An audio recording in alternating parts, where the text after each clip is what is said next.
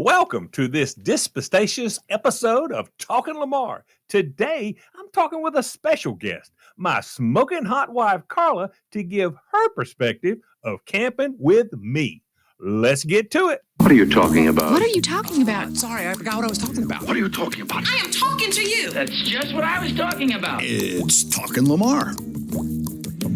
You know, it's not every day that Carla listens to Talking Lamar. She's not my greatest listener. But as soon as I say something that can be construed in a possible negative way, she listens to the whole episode.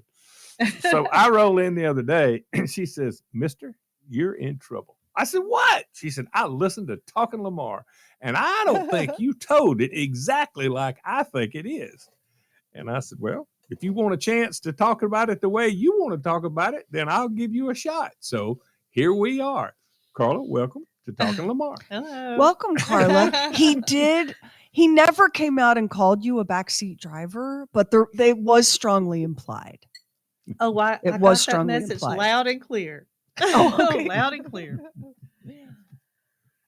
So are you disputing that you don't help me drive from the passenger side? Well, there's a lot that needs to be kind of broken down. All right, go ahead. Well, for starters, on this trip, and I was listening to this podcast, I was like, oh my gosh, I cannot believe that he is talking about buying bathroom spray in Walmart. That was the first thing that caught me. I was like, what are you telling people? Well, my goodness. We had company coming. So I was a little bit like, oh my gosh, that's just not something you talk about, right? You don't mention that. So and he said that like 2 or 3 times, I think, in there. But anyway, that wasn't the main issue. Okay. Go ahead. And then we started talking about the Blackstone griddle, which I refer to as the Blackstone grill, I guess. But it really is a griddle. It kind of sounds like my granny's griddle or something. I don't know. But one of the things that he mentioned in that podcast was about, pulling our 41-foot trailer and how we have to stop and get gas and things like that. And he kind of mentioned the price difference on gas and how I did kindly offer up $10 out of my wallet to get him to stop. I've still got that $10 too. Well, okay. So I just felt like everybody ought to realize that he did mention that on this occasion, maybe it was a 75-cent difference in price. But, a lot of times it's just a nickel. Like it's 5 cents. And so we have to drive 30 minutes across town to go and get gas so that we can save a nickel per gallon. And so when we pulled up, I'm like, oh my gosh, I do not want to drive 30 minutes to go save 5 cents, 10 cents, even 50 cents. Really, I just didn't want to. I'm like, hey, I'll pay you out of my own pocket if you'll just stop and get gas right here so we can get back to the camper. Why don't you just go ahead and say you don't care what gas is? I don't. You don't even know what gas is. I really don't. Now, that part is true. Yeah. Of course, now Sherry's the same. Sherry, didn't you say you were the same way? No, on the gas? No, that's right. She pays attention. She does pay attention. That's right. Oh, and I'll come home like swinging it, like, look what Mama got on gas savings. Yes, I'm totally a man, Carla, apparently. Well, look who I spend my days with. I'm going to be shaving and smoking cigars pretty soon. It drives Lamar crazy. I mean, he literally wants to save 2 cents, 3 cents, a nickel per gallon. I don't care where we go. We're driving way out of our way so that we can go and get cheaper gas. I don't know that we're driving out of our way, but okay. I'll go ahead and go with it. Well, so this will drive Lamar crazy, Carla. But it's not just the price of gas, it's the quality of snacks and bathroom. So, I mean, I will make Kevin go out of his way to get me to a QT or a Sheetz, rather than like some random questionable sit. Yeah, no, I'm not just stopping off the exit. If it looks like there's not going to be a clean restroom, I won't do that. I mean, or good snack choices. Yeah, you gotta have good snack. And if you're stopping at a QT or a Sheetz, or I wanted to go to Buc-ee's because they have the best bathrooms ever, but there's just too much people to fight for that, so we didn't do that. So. Well. I am thoroughly enjoying this rebuttal, Carla. Absolutely enjoying it. What's next on your list of grievances? Well, Lamar does like to drink a lot of liquid when we're on a trip. So, I mean, he's filling a 40-ounce Stanley cup full of water or tea or something like that, and he's drinking one every 30 minutes to an hour, and we have to stop every hour on the hour to go to the bathroom. Now, me, and when I get on a trip, I'm like, let's make a sandwich, put it in the car. We'll make one stop to go to the bathroom. That's it. Let's get there as fast as we can. No, he wants to sightsee and have lunch somewhere and stop and walk around, get coffee, buy sodas, have a snack. I mean, it takes us forever. All right. Max, what's your deal? Are you a get there fast guy? Is that what you do? It kind of depends, but it's kind of interesting about this because usually the guy is the one who went, let's get there. Yeah. Or make a good time. Well, no. I have to say to Kevin, in 5 miles at exit 22, there is a human being who's blowing his own head up with dynamite. Can we go look at it? And Kevin will look at his watch and go, well, if we'd left the house a little bit earlier, we could go look at it. Like, he never wants to stop, Carla. Is this not a metaphor for Lamar's life? It's not about the destination. It's about the journey. It's about the journey. Exactly. It is so Lamar. Yes, sir. That's right. I'm just not in a big hurry. I'm not. And the whole cycle of drinking, because I not only have the Stanley, I also have a very large coffee. So I rotate between the coffee and the Stanley. So I'm hydrated. I'm a hydrated person. I would say I'm a hydrated person. So, And we're fighting over the cup holders because he wants to bring every cup and glass in the house and leaves nothing for me, no spot for me to put my drink. Well, in the truck that we pull the camper with, you've got 2 cup holders, and then you got one. There's a possibility for 4 cups, so we keep that completely full of cups. Mm-hmm. So yeah, we do. We do stop a lot. That's all right. Go on. Okay, so one of the things he mentioned was that we're checking the tire pressure with our monitoring system on a regular basis, and how I like to call out. How's it going? What do the tires look like? Yes. But I've just wanted to say that we have a reason for that. It's not that I'm just doing it for no reason. We've actually lost a wheel and a tire off of the camper going down the interstate. We have had tires to get really, really hot, and we've had to pull over, hose them down with water, and wait 30 minutes before we could get back on the road. You're traumatized. You have trauma from these incidents. Yeah. Exactly. Yeah. So now I want to be ahead of it. I'm like, hey, is there something that we need to be looking at? Is there something we need to do? Do we need to take a break on, let the wheels, what do we need to do, So, hey, that's just my side of the story. Well, no, that's true. I just like to point out, though, I've got a thing there that if any of these things happen, it goes bing, bing. It does. Yeah. Yes, it does. It's a little Carla, but yes. A strategy that I use when, because I'm one of those people, once a thing happens, I'm scarred for life. We blow a tire. How are the tires? Yeah. What was that noise? Is that the tire? Right? I'm that person too. That's why I knew instantly that you had trauma from this. Anytime Kevin pushes back on that, I just look at him and shake my head and go, it must be awful for you having a woman who cares so much. I don't know how you're doing it. You should apologize to me. Yeah, and that shuts him right down. I could leave all of this to you to worry about, but I'm just trying to, as your life partner, I'm trying to share the burden. But excuse me. We have had that conversation. I bet. I don't know if this episode of Talking Lamar is going to quite the way I anticipated it was going to go. Okay, moving right along. So there was some mention about sleepiness while driving. And he kind of mentioned that, I get a little bit tired. I mean, he didn't really go into detail on that part of it. And he was like, and she gets irritated, because I'm feeling a little tired. Well, the reason that I'm feeling that way is because he's decided to take a nap. And while he's driving, and It's I'm a like, slow eye blink. It's a very slow eye blink. That's all it is. Don't you feel And that's refreshed kind of an afterwards? Don't you feel refreshed Yeah. afterwards, though? Yeah.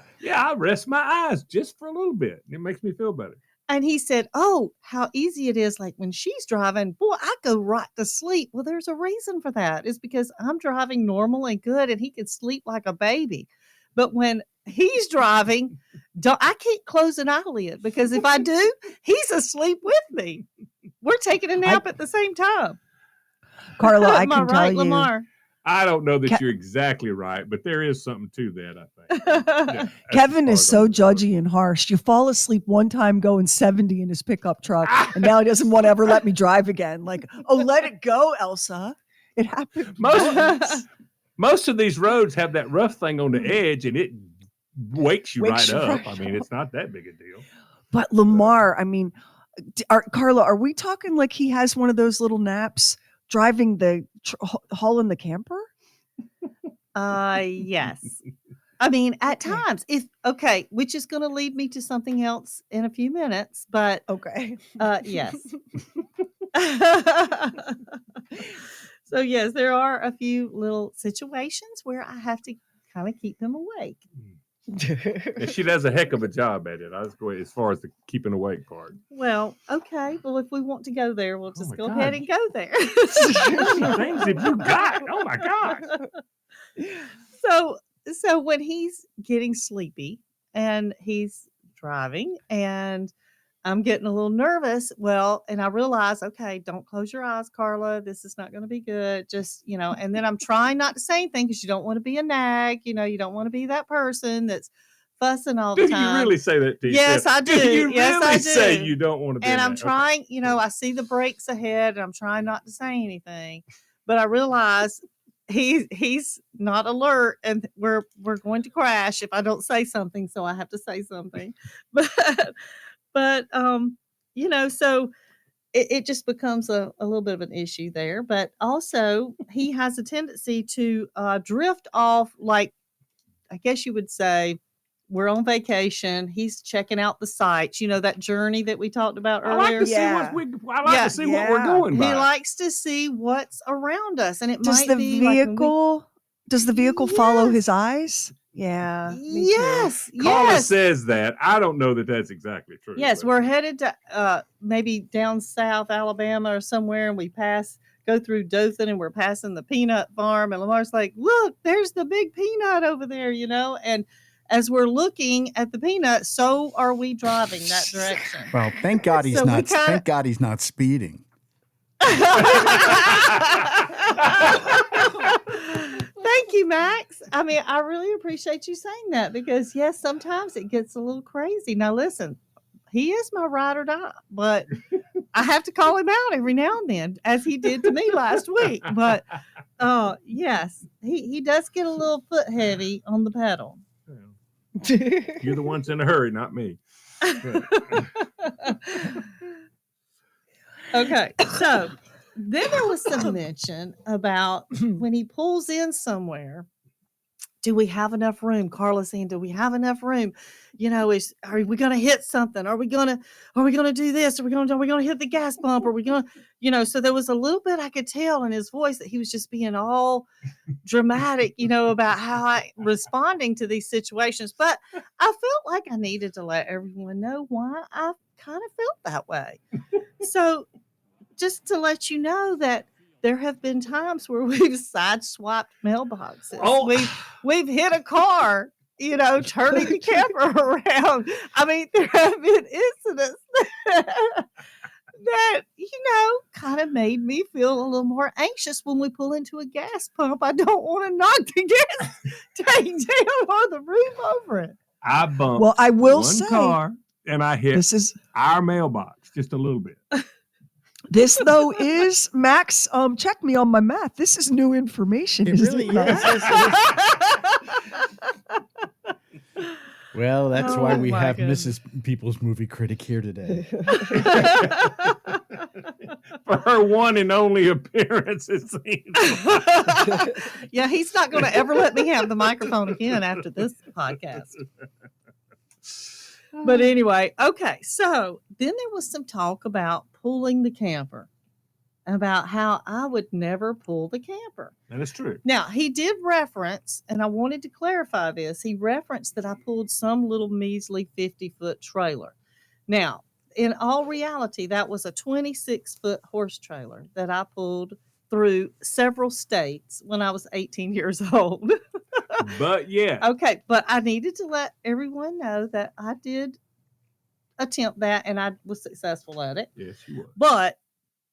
But now I have decided that I don't need to pull a 41-foot camper. Now, that's a little bit different than the 26-foot horse trailer. Were there horses in the trailer when you were pulling it? No. Actually, I worked for a nursery that sold plants and flowers and things like that, and I was transporting plants to different. Actually, it was Kmart back in the day. It was not. That's not living the company I worked things. for, but I was delivering.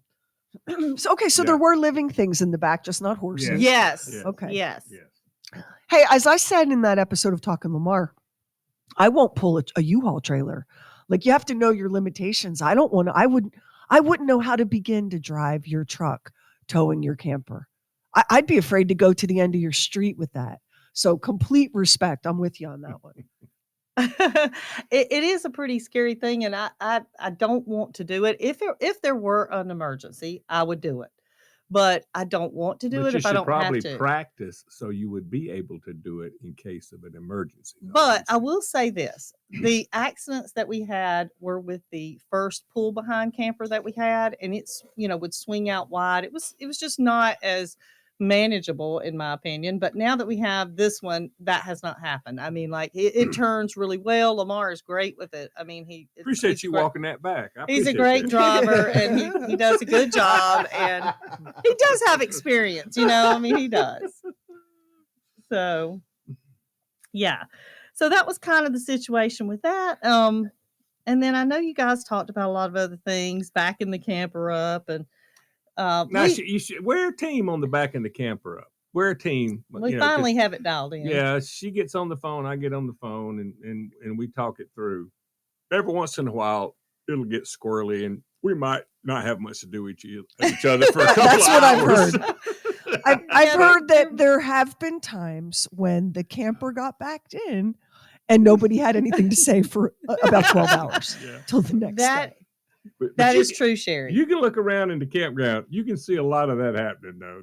I bet. I mean, sometimes we just need to kind of walk away a little bit and just calm down, because I'm saying, back up. No, don't turn here. And he's like, no, what's wrong? I can't hear you, or something like that. And so you just get to a point where you're like, okay, we just got to calm this down. Here's a situation that we run into every once in a while. You go to a campground, and a lot of times they will send somebody with a golf cart, and they will let you follow them to your camping spot to show you where your spot is.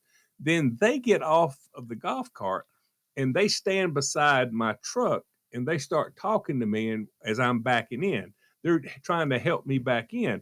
Well, what they don't understand, I'm hearing them out of my left ear, and I'm hearing Carla in my AirPod, and they're saying, do this, and Carla's saying, do this, and it's never the same thing.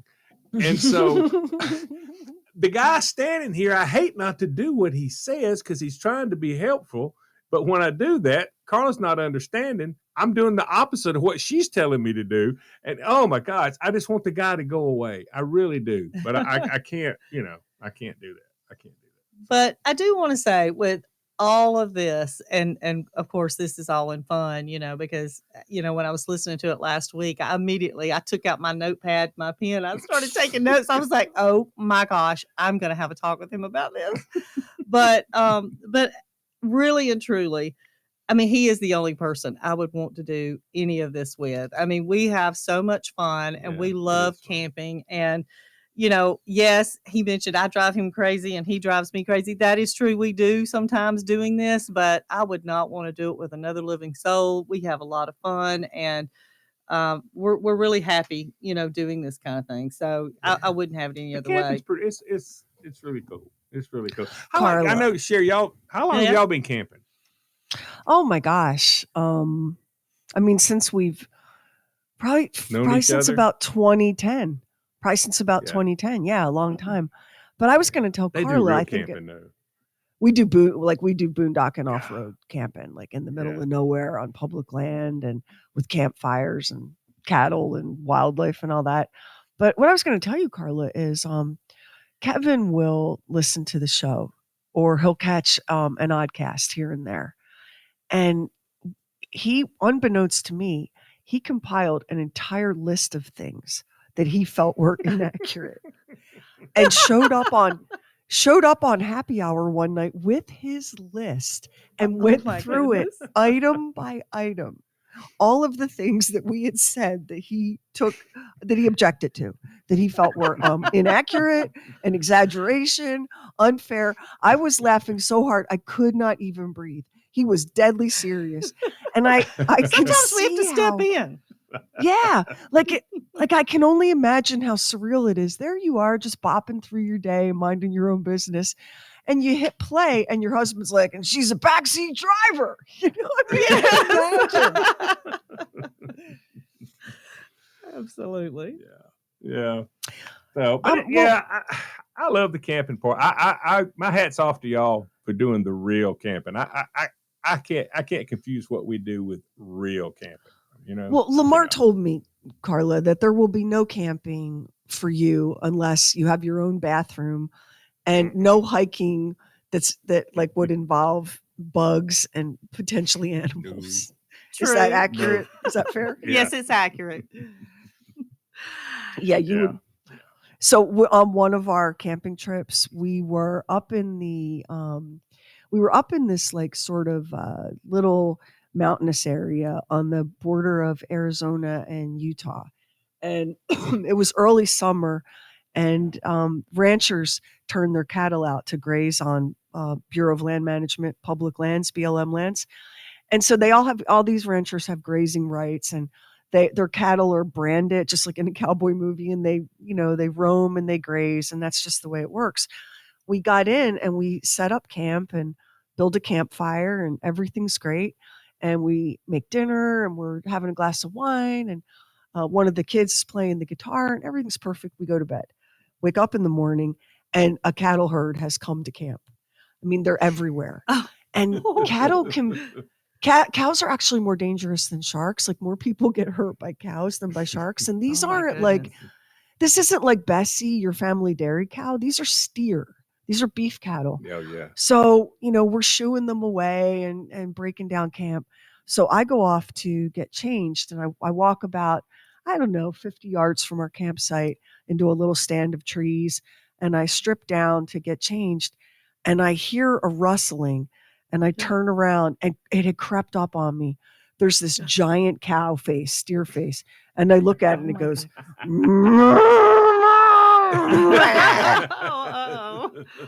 Now, I don't want to do anything that'll freak this animal out, because I don't want to get trampled or whatever that would do. Mm-hmm. So I'm trying to be all cool, but of course I'm topless. Kev, hey, Kev, I don't have my phone. I can't call him. I finally get his attention, and I'm like, I'm trapped by a cow, and he's got to come running and waving his hat and everything to get them away. And I thought of you, Carla, because I know that if that ever happened to you, the FBI would be looking for you, because you would have had to be abducted in order for you to be topless in the woods with a cow. No. Yeah, Sheri, I don't think that I would be caught in that situation, because I'm probably not going to take a chance. No, the odds of that happening. Exactly. No, I'd Very win slim. the lottery 3 days in a row before that would ever happen. No. Very slim. She's not But doing hey, I think you're a tough woman. I love it. You know, Yeah. I think that's great. I'm a little bit of a sissy, but yeah.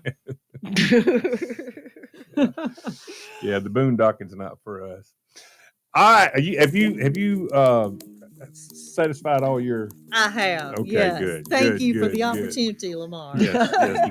Thank you for being our special guest, and thank everybody for listening to this episode of Talking Lamar. If you liked it, tell somebody about it. If you didn't, keep your mouth shut. I want y'all to also listen to the award-winning True Weird Stuff podcast. It's awesome. You will absolutely love it. And let us know what you think. Go on the Bob and Sheri app, look down at the bottom, click on the microphone, and start talking, because we listen to every message. You can also call 844-52-SHERRY if you want to go old school and leave a message. Until then,